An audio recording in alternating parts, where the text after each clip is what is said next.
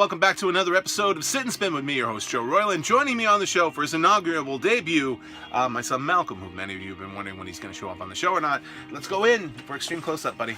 Extreme Close-Up! There's Malcolm. He's terrified, so we're going to put him back over here in his seat.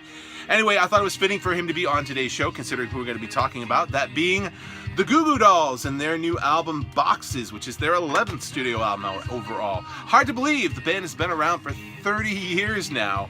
They originally started out as the trio with Johnny Resnick on vocals and guitar, Robbie Takak on bass and vocals, and George Teska on drums. Initially, Robbie was the main lead singer of the band. He pretty much did all the vocals on their first album, and even their second record, with John only contributing vocals, like 2 tracks, I think, on their second record. And then as they progressed, got to their third album, things started to shift a little bit. Teska was in the band until 1995, right after they recorded A Boy Named Goo, and then left the band, was fired, depending on how you want to see it.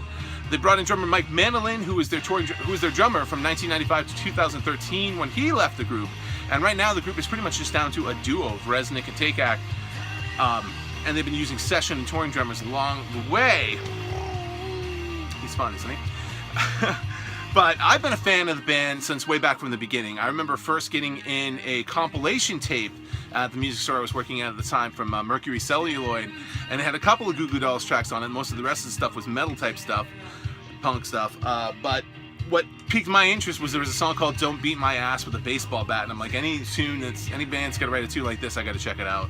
And I kind of dug it, and it was just kind of like fun, joking kind of stuff, but I liked it. Picked up the band's debut album. It was pretty cool. There was a lot of covers on it and stuff. But I still followed them. When Jed came out in 1989, originally on Enigma Records, and then they later got picked up and reissued by Metal Blade when they signed a deal with them, which turned out to be a crap deal, but that's another long story for another time. Then the band released their third album, which is on Metal Blade Records, distributed via Warner Brothers in 1990. And that was the record that really first kind of showed the promise of what the band was going to be. And Johnny went from singing a couple of songs to singing like half the songs, or at least doing harmony vocals on the songs. And they also had guest vocals from the incredible Lance Diamond, who's a Buffalo native from where the band's from. And the band started out with like a very different sound. They originally had like metal and punk roots. Robbie bringing in the metal aspect, John bringing in the punk roots. And as they've gone by over the years, that's changed, and that dynamic has kind of changed. When Hold Me Up came out in 1990, they were kind of ahead of the game with kind of like a pop-punk sound that would be emulated and turned into something huge in about 10 years, like 5 to 10 years down the road. But after that, the band kind of changed their sound too. We'll get more on that in a minute. My favorite album by the band, still to this day, was their 1993 release, Superstar Car Wash. And I like that record because it shows, it's the perfect nexus point from where they were to where they were going. And it was produced by Gavin McKillop, who seemed like an odd choice producer at the time, but it's definitely got like a polished, produced sheen to it, but still, you know, the elements of the early days are still there. The punk kind of songs are still there, the medley kind of songs are still there, but it definitely shows where the band was heading down the road. They followed that record up with their breakthrough album, A Boy Named Goo, in 1995, and that was the record that just broke them through to the masses, especially on the back of the single Name, which was a top 5 single. And I remember I had actually that album months before it even caught on and became popular. I have a friend of mine, the late Crystal Carter, who worked at Warner Brothers Records, and she was one of the people who was actually telling the label, this is the song you need to release from this album, and it ended up being the 3rd single off the record. But for a lot of people, that might as well have been their first album. They knew nothing of the earlier band, and you know, like some of the fans like me who've been with them from them, it's a very different band. If you were to go back and play fans of the band now, those early albums, they'd be surprised it was the same group. Likewise, if you were to have a time machine and go back in time and say, hey, this is what your band's going to be down the road, those people would be very surprised. But the band came in, became mega popular. Boy Named Goo is a multi-platinum selling album. And then a funny thing happened on the way to the Forum. Johnny Resnick had a bit of writer's block, and there was a 3-year gap between between either A Boy Named Goo and their next album, Dizzy Up the Girl, in 1998. But in between that time, the band would keep coming to him, do you have anything, do you have anything? And he had nothing, and he had nothing. And then finally, he came up with a song, and he's like, hey guys, I've got this tune, but I don't know if you're gonna like it. And that ended up being the ballad Iris, which was first used on the City of Angels soundtrack in late 1997. and later incorporated into the Dizzy Up the Girl album. And it was along the lines of Name, but it was pretty much a very radical departure from the type of stuff the band had done before, and kind of can be looked at as like road sign for where they were going to go, some people may say. But Dizzy Up the Girl comes out in '98, ends up being an even bigger success than Boy Named Goo was, and then they just kind of followed that along down the road lines with other successful records. But their sound has gradually changed from that time. Much like Def Leppard, who we talked about, same thing happened with them, where the band started out one way early in their career, very much shifted the sound later in their career. And there's a lot of people who have a hard time with that. A lot of people think they sold out, and whatever you want to say, you know, they're following formula now. But here's what I can tell you about the Goo Goo Dolls. They have managed to continue to stay on a major label, releasing records and touring, while most of their contemporaries from the time have fallen by the wayside. So there's a little bit of respect to be found there. This dude's just like losing his stuff. Hey, buddy. Look at this. Look at that. This is why I haven't had one on the show yet, folks. Back to what we're talking about, though. As far as the changing sounds of the band, I mean, they started out with the very metal punk leanings, and now, let's face it, they're an adult contemporary rock band. But the question you have to ask yourself is does what they're putting out now still do something for me? And if it does, great, you'll probably still continue to be a fan of the band. A lot of other people just kind of stopped being a fan pretty much around the time when they started to become super, super popular. That happens a lot with other bands anyway, just because that initial fan following feels like they lost something that was theirs. But it kind of plays into the title of the album, Boxes. Now, you can get a lot of different things out of that title. For me, I kind of almost see it as a metaphor for compartmentalization. Is there are some fans that only want them to be in this box. I only like this part of the Goo Goo Dolls.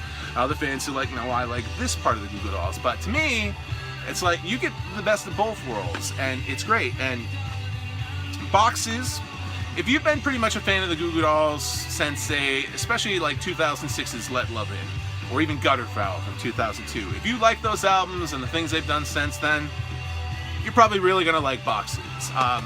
The band has worked with some new outside songwriters on this album, not to a detriment, but just because they just wanted to get some fresh ideas in there. Overall, the album is filled with like a lot of mid-tempo, anthemic type ballads as the band reached middle age. And the opening track, Over and Over, is a great tune. You heard that back at the beginning. A lot of the songs on this album kind of tend to follow a formula where they kind of start out sparse and simple and then just build into other things. Over and Over kind of comes in with this very new wavy, big synthesizer wave that it rides in the choruses, which has just a hint of Van Halen's Dance the Night Away to it. Souls in the Machine also follows suit with another anthemic chorus. Flood, which is the track you're going to be hearing right now, features harmony vocals from Sydney Ciorta, pardon me if I mangle that name too, from Echo Smith, which is definitely not something you've heard on the Goo Goo Dolls album before, but it's really nice. I quite like it a bit. The pin in the album's title track are more mid-tempo anthemic type numbers. The tracks on this album, some of the ones that are really my favorites, much like the band's last two albums, are actually Robbie's tracks. Robbie's kind of like down to 2 tracks a record. But even though he's not the vocalist that Johnny Resnick is, and that's always one of the things that's driven me into the Goo Goo Dolls, is Johnny Resnick's voice, as well as his songwriting, usually a very good songwriter, Robbie, while he may not be the greatest vocalist in the world, I think kind of the reason he took a back seat is because if you got like a John Resnick in the band, of course you're going to want that dude singing. But I like Robbie's vocals. They're different and they're very distinctive, and when you hear it, you know it's him. But getting back to what I was saying is I really think the tunes, Robbie's tunes and contributions to this album. Free of Me is a great tune, and I really like Prayer in My Pocket, which is towards the end of the album. Quite a great tune. Other tracks on the album that are really standouts. Reverse sounds like it has the potential to be a huge hit single. Starts on a simple piano figure and then jumps into this sing-along, almost like rave-type chorus. Kind of reminds me a little bit of One Republic, if you like that band at all. Loses a little bit of points with me. At the very end, there's this kind of electronic vocal effect that they throw in, and I get it, that's the hook, but yeah, that's where you lose me, is on that part. But otherwise, decent song.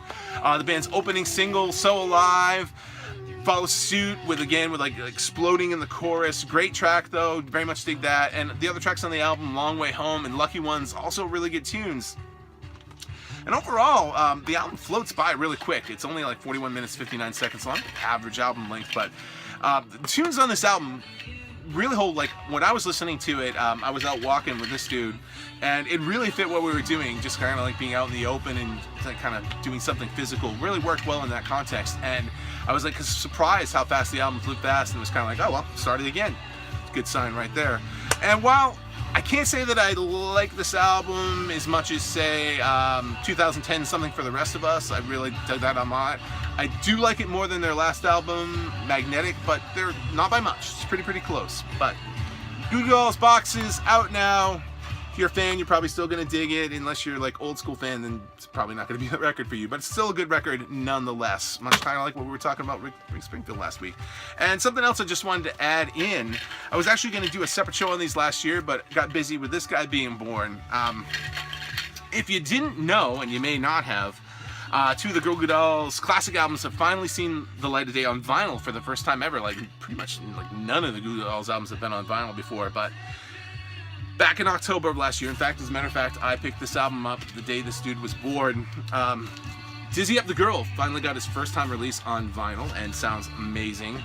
And a month later, that was followed by Boy Named Goo being released on vinyl for the first time ever, and it was celebrating the 20th anniversary of this being out. There's also a CD version of this album, and both the CD and the album come with a bonus download of 7 unreleased tracks before that you can't get. Pretty cool stuff live and demo stuff that's really cool. So if you're a vinyl fan and you didn't know the Goo Goo Dolls records were out on vinyl, they are. This one is going to be out on vinyl, but not for like another month or so, as is typical. There's a delay in getting the vinyl releases out, but that is our show this week. The Goo Goo Dolls new album Boxes. Thank you for me and Mr. Fussy Pants over here, Malcolm.